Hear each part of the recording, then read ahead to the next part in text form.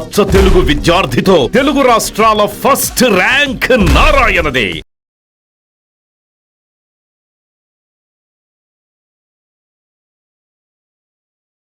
Welcome to iDream news. This is Pavan. Breaking news చూస్తున్నారు. మియాపూర్లోని మయూరి నగర్లో ఒక అపార్ట్మెంట్లో ఒక కన్న తల్లి 6 నెలల పాపని తీసుకొని ఆ బిల్డింగ్ మీద నుంచి 6 అంతస్తుల బిల్డింగ్ మీద నుంచి దూకి చనిపోవడం జరిగింది.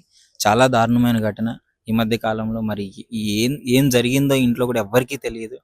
ఆమె 6 అంతస్తుల బిల్డింగ్ నుంచి దూకి అంటే చిన్న పిల్లని 6 నెలల పాపని వేసుకొని దూకింది అంటే మరి ఇంట్లో కలహాలా లేదా బయట నుంచి ఏమన్నా ప్రెజరా లేదా ఆఫీస్ ప్రెజర్, అసలు ఏం జరిగిందో కూడా తెలియట్లేదు. ఆఫీస్ ప్రెజర్ అయితే పాపం తీసుకొని దూకాల్సినంత అవసరం కూడా లేదు.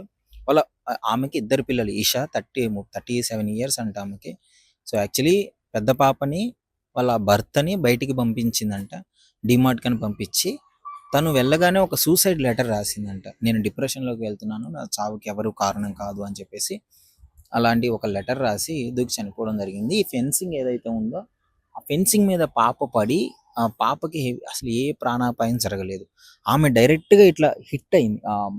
ఇది ఇక్కడ ఏమంటారు, ఇది ఉంది కదా మన టైల్స్ ఉన్నాయి కదా, దానికి తగిలి ఆమె డైరెక్ట్గా స్పాట్ డెడ్ అయిపోయింది, చనిపోయింది.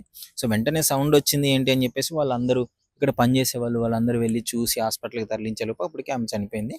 పాప మాత్రం సేఫ్గా ఫెన్సింగ్ ఉందో ఒకసారి మీరు లోనికి వెళ్ళి చూపిస్తాను రండి. ఆ ఇన్సిడెంట్, ఆ ప్లేస్ అదంతా నేను క్లియర్గా చూపిస్తాను, ఒకసారి వెళ్ళి చూద్దాం. సో ఇప్పుడు లోనికి వచ్చేసాం కదా, ఈ ప్లేస్లోనే దాదాపు 6 ఫ్లోర్లు మీరు చూడొచ్చు.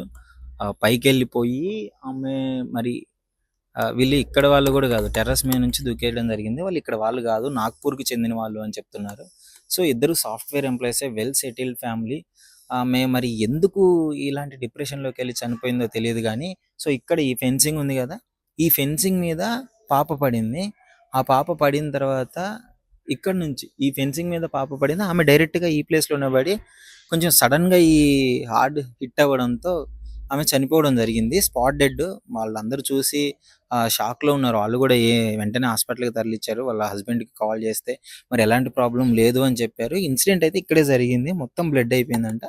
పాప మాత్రము కొంచెం సేఫ్గా, చేతికి జస్ట్ ఏదో ఫ్రాక్చర్ అయిందని చెప్తున్నారు. పాప ఇప్పుడు సేఫ్గానే ఉందని అంటున్నారు. హాస్పిటల్లో ట్రీట్మెంట్ జరుగుతుంది.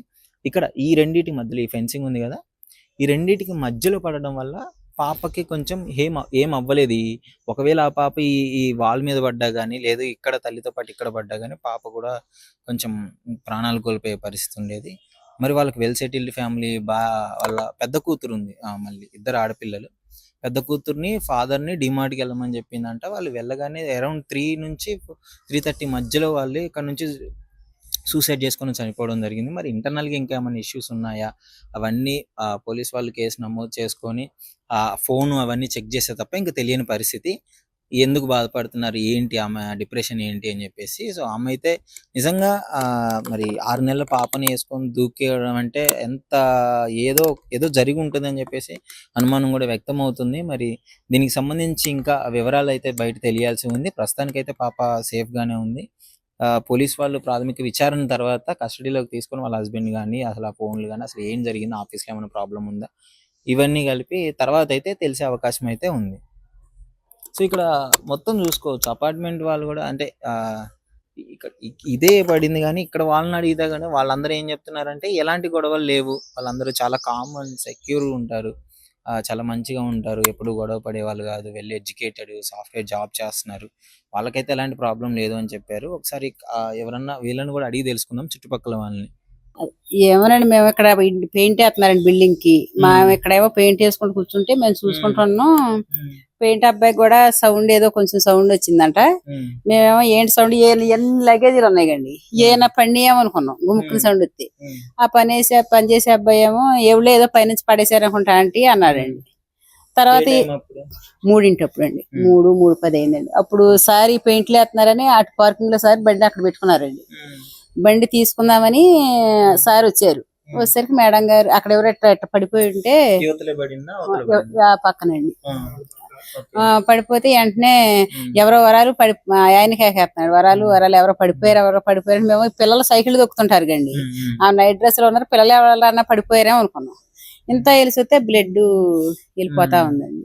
చూస్తే ఇంకా అప్పుడు కన్ఫ్యూజ్ అండి, ఎవరికి అర్థం కావట్లా మనిషిని చూస్తే. అప్పుడు నేనే చేస్తాను ఆరింట్లో పని చూస్తే పలానా పొద్దున మేడం గారు డ్రెస్ తోటి ఉన్నారండి అన్న. భర్తనంట సరుకులు తెమ్మని డిమార్ట్ కి పంపించారంటండి. పాపను ఆమె డిమార్ట్ కి వెళ్ళారు ఆయన. అప్పుడు ఫోన్ చేస్తే సార్ వచ్చారండి. ఇక జరిగింది అదండి, మనకి ఇంట్లో ఏం జరిగిందో తెలియదు. హాస్పిటల్ తీసుకెళ్లారు, తీసుకెళ్ళారు. అంబులెన్స్ వచ్చింది. చిన్న పాప హాస్పిటల్ లోనే ఉందండి, అబ్జర్వేషన్. పాప ఏమో అటేమో పడిపోయిందండి, అవతల పడ్డారు. పాపకంటూ ఏమి ప్రాబ్లం ఏమీ లేదండి, అంతా బానే ఉంది. పాప కింద ఎలా పడిపోయారండి. పాప మాత్రం దెబ్బలో గట్ట కొంచెం ఏదో చెయ్యేదో ప్రాబ్లం అన్నారంటండి. మరి తెలియదు సార్, పైనుంచి దూకారు కదా, మేము చూడలేదండి. కింద నుంచి బకెట్ పట్టుకుని వెళ్ళారండి. ఎప్పుడన్నా గొడవలు పట్టడం కానీ ఇబ్బంది వాళ్ళు ఇప్పుడు సెలవులకి వెళ్ళి నిన్నే 1 తారీఖున వచ్చారండి. ఇంటికి వెళ్ళి వచ్చారండి, 1 తారీఖునే వచ్చారు.